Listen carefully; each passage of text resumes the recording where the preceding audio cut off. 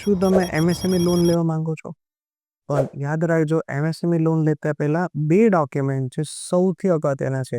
જો એ પ્રોપર હશે ને તો તમારું કામ થઈ જશે. પહેલું છે પ્રોજેક્ટ રિપોર્ટ અને બીજું છે સીએમએ.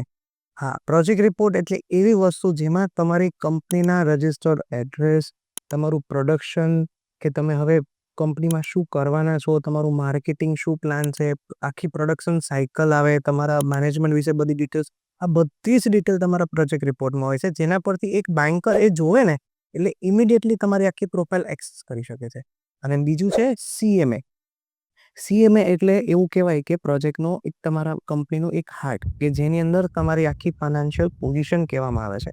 એ પોઝિશનમાં આવતા વર્ષે કેટલું, એના પછીના વર્ષે શું તમે સેલ્સ વિચારો છો, એ આવતા 5 વર્ષ સુધીના તમારા એ બધા જ ઇન્કમ સોર્સ, તમારું સેલ્સ બધું જોવામાં આવે છે. જો તમારા સીએમએ અને પ્રોજેક્ટ રિપોર્ટ એકદમ વ્યવસ્થિત બનાવેલા હોય ને તો તમારી ભવિષ્યમાં રિન્યુઅલ કરવા માટે પણ બહુ ઇઝી પડે છે. કેમ?